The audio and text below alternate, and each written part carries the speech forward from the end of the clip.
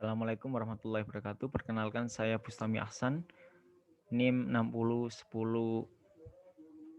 50 10 60 10 44. Iya. Di sini saya akan memaparkan hasil resume dari webinar dengan tema peran standar dan dalam upaya mendukung jaminan mutu dan keamanan pangan dalam masa pandemi COVID-19. Dengan pemateri yang pertama yaitu Profesor Purwiyatno Haryadi dan Insinyur Adi S. Lukman. Kita mulai dari yang pertama yaitu dari Prof. Purwiyatno dengan judul atau tema Standar Mutu dan Keamanan Pangan untuk menjamin pasokan pangan selama pandemi COVID-19. Yang pertama kita harus ketahui yaitu pengertian dari standar. Paling tidak standar itu mencakup tiga standar, yaitu yang pertama standar itu sendiri yaitu standar dari produk tersebut untuk memasuki pasar. Yang kedua standar pedoman yaitu prinsip-prinsip yang perlu dilakukan untuk mencapai tujuan khusus.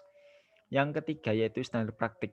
Di sini standar praktik dapat diartikan atau good practicing dapat diartikan standar atau prinsip-prinsip atau syarat-syarat yang dilakukan untuk melakukan kegiatan-kegiatan pengolahan produksi dan sebagainya, di mana memperhatikan keamanan dan mutu produk tersebut. Pengembangan standar sendiri yaitu berdasarkan sains dan menggunakan prinsip analisis resiko.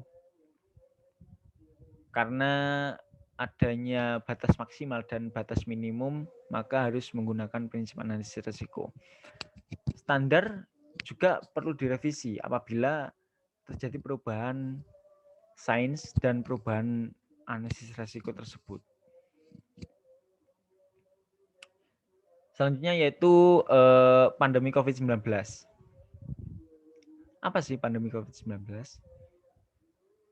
Yaitu penyakit pernafasan yang disebabkan oleh virus corona jenis baru, coronavirus.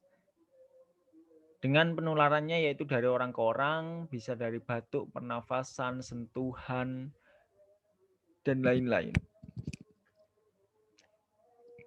Karena virus ini termasuk virus yang kebal, ya, punya daya tahan tubuh yang kebal sekali, yang mampu bertahan di permukaan. Virus yang mampu survive dan penularannya melalui pangan juga bisa. Namun kebanyakan yaitu melalui orang ke orang, melalui manusia.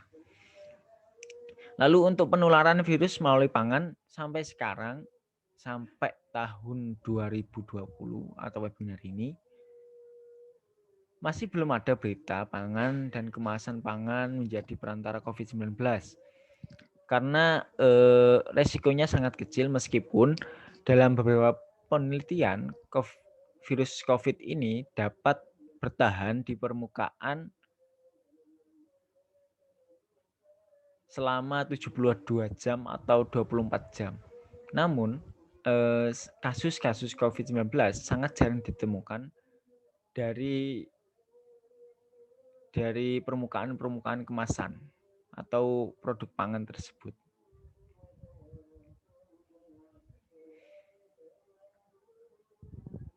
Selanjutnya, karena COVID bukan merupakan penyakit bawaan pangan, maka tidak terjadi perubahan standar mutu produk atau standar mutu produk untuk mengantisipasi COVID-19.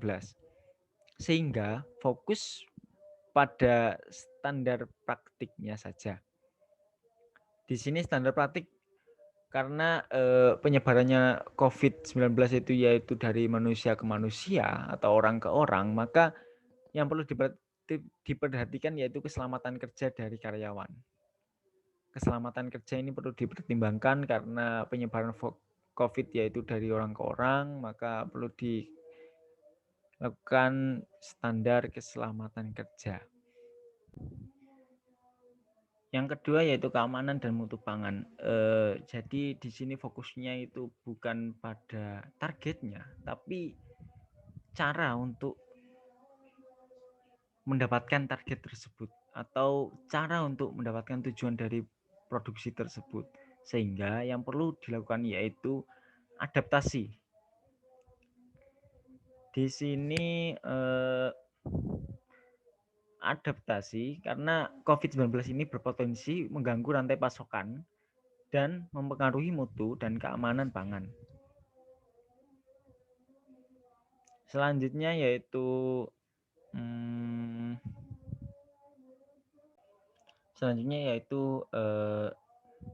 industri harus memperhatikan beberapa langkah tambahan seperti penerapan CHP, Code of Practice General, Participant of Food Hygiene, dan CPOB.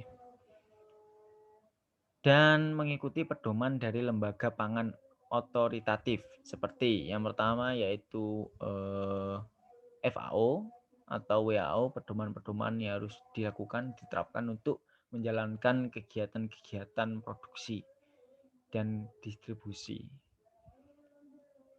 Selanjutnya yaitu lembaga lainnya yaitu Badan POM Republik Indonesia, pedoman produksi dan distribusi pangan olahan pada masa status darurat kesehatan coronavirus DCAS 2019. Ada pedomannya sendiri. Adapun langkah tambahan lainnya seperti karena penyebarannya yaitu dari orang ke orang, dari sentuhan juga, maka harus ada langkah cuci tangan. Pencegahan minimal penyebaran COVID-19 untuk mencegah COVID-19.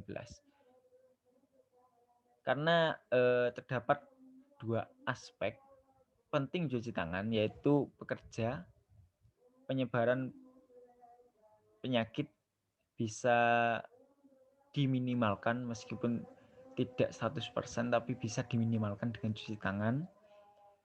Lalu untuk produknya tidak terkena virus yang dimiliki oleh pekerja tersebut. Jadi bisa meminimalkan dengan cara cuci tangan. Yaitu yang kedua yaitu higien perorangan. Higien perorangan ini setiap pekerja atau setiap pribadi pelaku harus mempunyai standar tersendiri seperti pemakaian baju, standar tidak menyentuh wajah, tidak menyentuh bagian-bagian yang lain dalam proses pembuatan produksi, etika dalam bersin atau batuk karena penyebarannya sangat rentan, sangat rawan melalui kegiatan-kegiatan tersebut. Lalu untuk beberapa pekerja harus mempunyai pakaian alat pelindung diri. Sebagai contoh, disebutkan contoh seperti keselamatan kerja, menggunakan protokol kesehatan, menggunakan baju APD, alat pelindung diri, dan sebagainya. Seperti kalau kita memasuki Indomaret atau Alfamaret atau supermarket lainnya, itu juga adanya pembatas. Meskipun bukan jaga jarak, tapi adanya pembatas antara kasir dengan konsumennya, yaitu sebuah dinding plastik seperti itu. Itu yaitu higien perorangan, termasuk dalam higien perorangan. Selanjutnya yaitu sanitasi permukaan kontak. Di antaranya yaitu penerapan praktik-praktik yang baik, good practicing yang sudah ditentukan, lalu higien perorangan itu sendiri, lalu sanitasi atau disinfeksi kepada kegiatan-kegiatan dalam rantai pasok tersebut. Perlu dilakukan pada setiap mata rantai pasokan pangan. Dan sehingga perlu adanya penerapan protokol kesehatan bagi setiap industri yang ingin melakukan suatu produksi atau menjalankan rantai pasok tersebut. Dapat disimpulkan bahwa mengaplikasikan standar mutu dan keamanan pangan dengan baik dari awal adanya upaya pencegahan, yaitu yang pertama staf dan karyawan tetap sehat dengan protokol kesehatan. Lalu kegiatan pembersihan, sanitasi orang maupun pangan harus dilakukan oleh perusahaan tersebut. Selanjutnya yaitu disiplin dan bertanggung jawab. Dan selanjutnya yaitu webinar kedua dari Insinyur Adi S. Lukman dengan tema yaitu perubahan pola bisnis dan upaya produsen pangan untuk mendukung ketersediaan pangan yang bermutu dan aman selama pandemi COVID-19. Selama pandemi COVID-19 tentunya kita tahu banyaknya perubahan dalam tingkah laku manusia, perubahan dalam pola industri, perubahan dalam rantai pasok, perubahan dalam segala hal itu banyak sekali perubahan. Sehingga manusia, masyarakat akan lebih peduli keamanan pangan dan sebagainya. Karena masa pandemi COVID ini masih belum tahu kapan berakhirnya pandemi COVID ini, sehingga pemerintah pusat harus punya progres tentang menjaga daya beli masyarakat, menjaga ketersediaan industri, penerapan dan pengawasan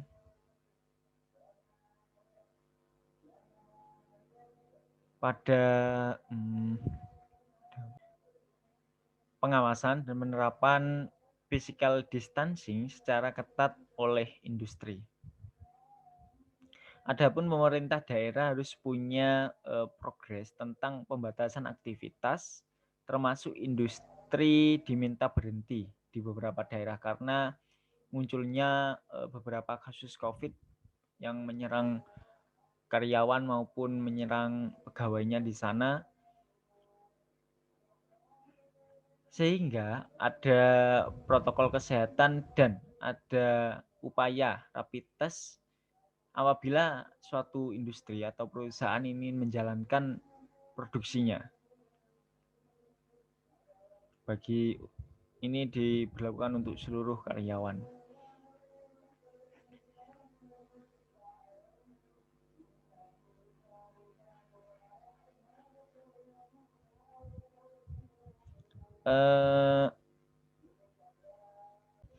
Adapun dampak dari COVID-19 ini atau dampak dari kegiatan physical distancing dan PSBB yang diterapkan oleh pemerintah daerah maupun pemerintah pusat.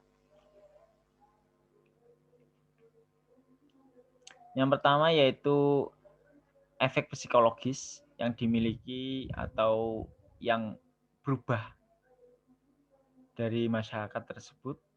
Yang kedua yaitu kegiatan dan pariwisata yang banyak terhenti karena pandemi COVID-19, sehingga mobilitas masyarakat, mobilitas manusia di suatu negara itu berkurang. Pendapatan masyarakat juga tiba-tiba menurun drastis karena penerapan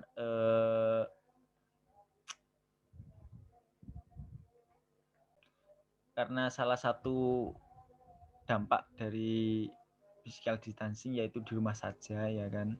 Jadi banyak pendapatan dari pedagang dan lain-lainnya itu menurun karena kurangnya konsumen untuk membeli produk tersebut.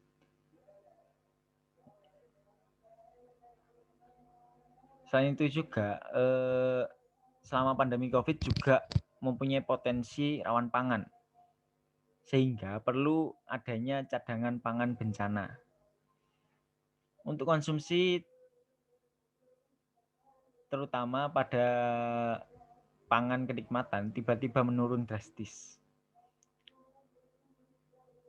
Karena masyarakat lebih mengarah pada produk-produk yang healthy, bukan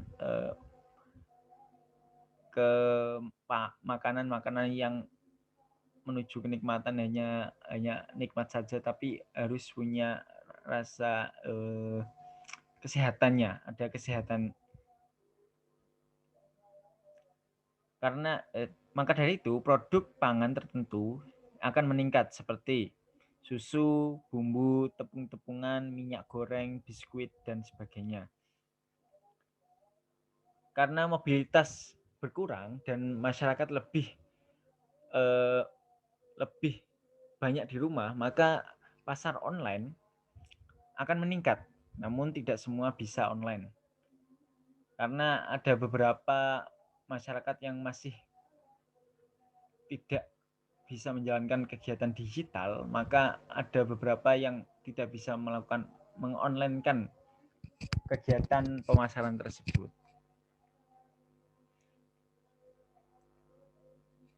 Supply chain terganggu karena yang lebih parah terganggunya yaitu dari produk-produk segar seperti yang dicontohkan oleh insinyur, yaitu sebagai contoh produk segar dari seorang petani yang biasanya sebelum adanya COVID itu diberangkatkan atau didistribusikan melalui bis-bis antar kota. Namun pada masa pandemi bis-bis antar kota itu tutup atau tidak menjalankan, sehingga pangan-pangan segar itu tidak bisa didistribusikan secara penuh, sehingga banyak petani yang menjual hasil panennya di daerah sekitarnya gitu. Di sini juga termasuk dalam perubahan global value chains. Produksi dan konsumsi juga terganggu. Sehingga koordinasi dari pemerintah pusat sampai ke pemerintah daerah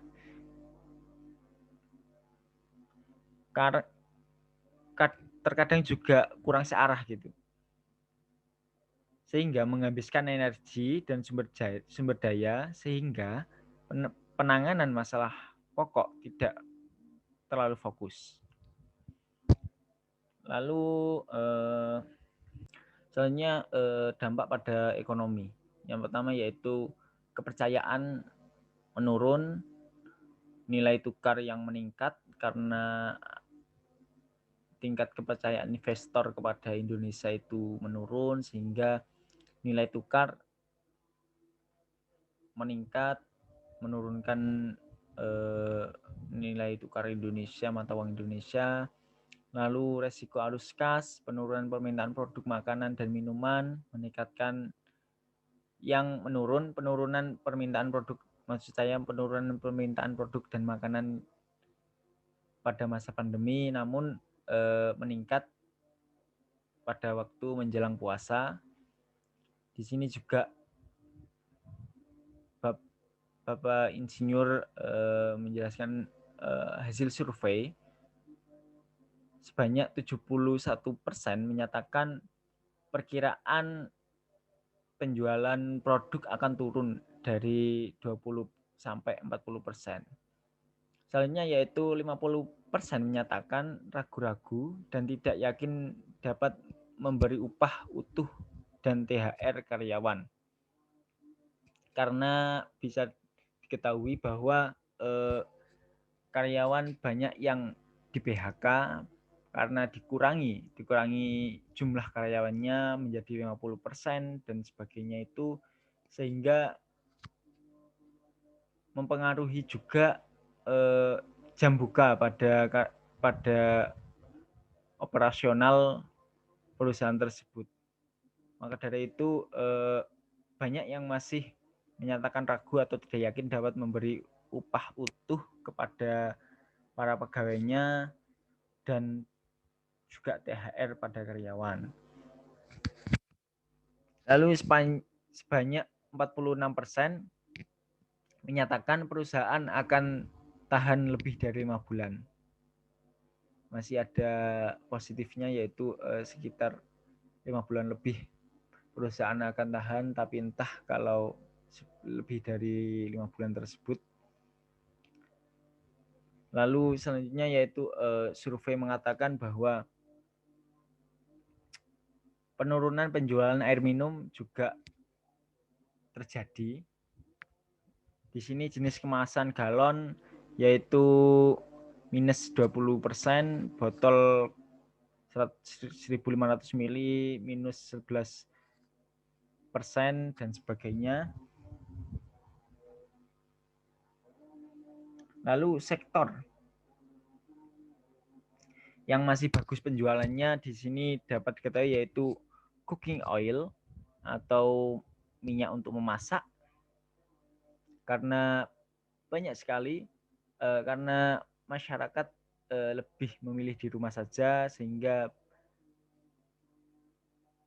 banyak kebutuhan rumah yang meningkat gitu. Lalu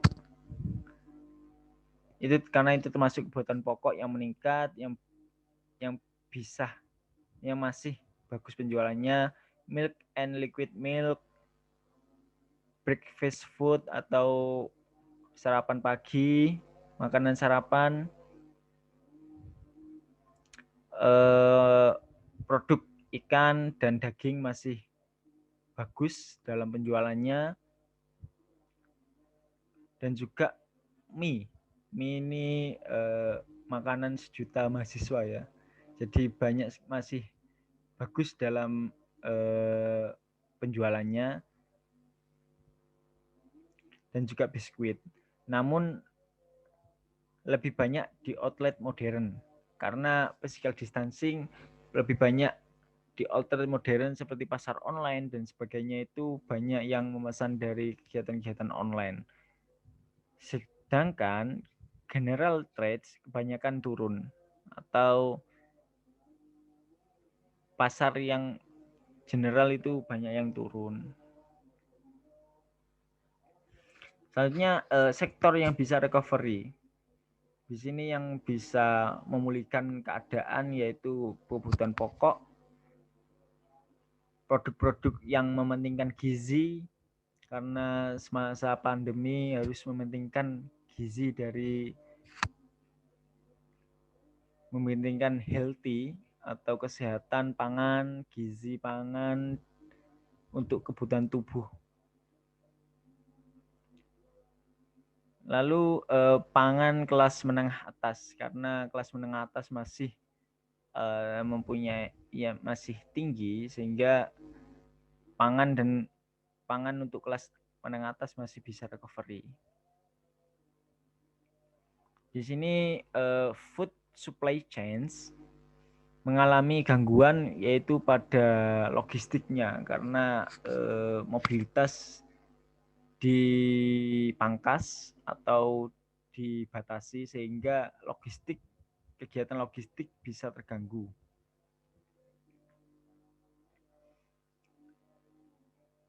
Sekarang minuman sudah termasuk dalam global value chains atau GVC.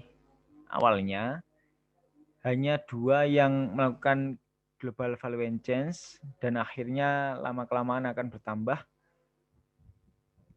sehingga pengaruh global value chains pada ekonomi sangat berpengaruh. Hanya yaitu pertumbuhan Indonesia, hasil survei mengatakan yaitu sekitar minus 2,3 sampai 0,4. tinggi sekali. Pendapatan Indonesia. Namun di Singapura sendiri mengalami penurunan sebanyak minus 4%. Lebih tinggi Singapura daripada Indonesia. Logistik di sini merupakan kunci sukses suplai pangan olahan masa recovery, di mana pada tahun 2020 itu masih masa pandemi, sehingga diperkirakan pada tahun 2021 new normal diberlakukan, meskipun pada kemarin itu pada tahun 2020 new normal sudah diberlakukan, namun pada 2021 menjadi tahun recovery atau pemulihan dalam banyak bidang, banyak hal.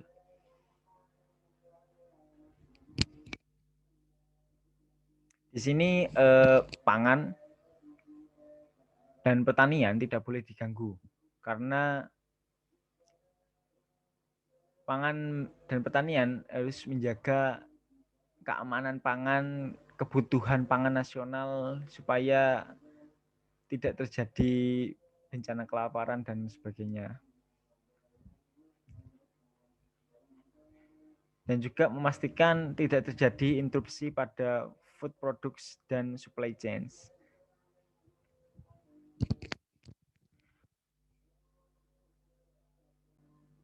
Selanjutnya yaitu survei global, tapi sama persis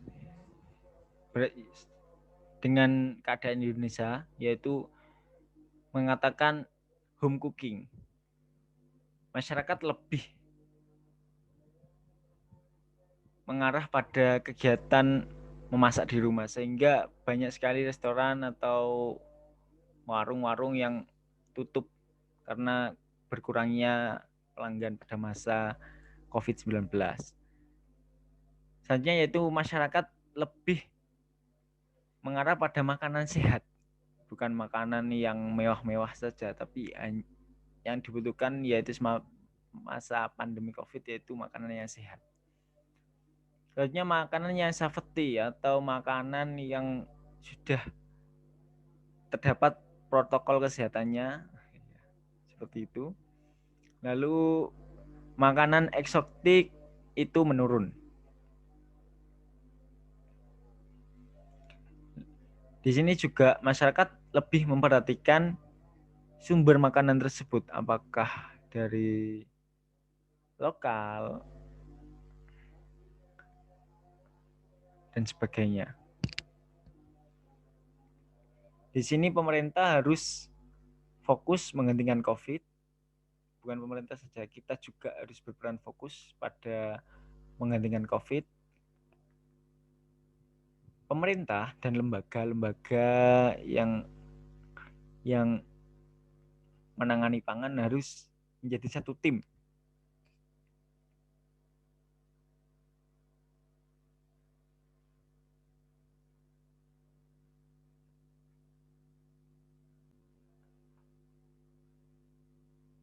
Faktor keamanan pangan dan kontaminasi perlu mendapatkan perhatian khusus. Pihak yang terlibat seperti produsen, penyedia platform, kurir, dan konsumen harus tetap menjaga protokol kesehatan. Entah dari produsennya harus menjaga mutu produknya sesuai dengan standar. Lalu kurirnya memastikan keamanan dari produk tersebut sampai tangan konsumen harus safety atau terjaga keamanannya. Lalu konsumen di sini juga harus menjaga protokol kesehatan supaya tidak terkontaminasi dari luar seperti kurir tadi itu.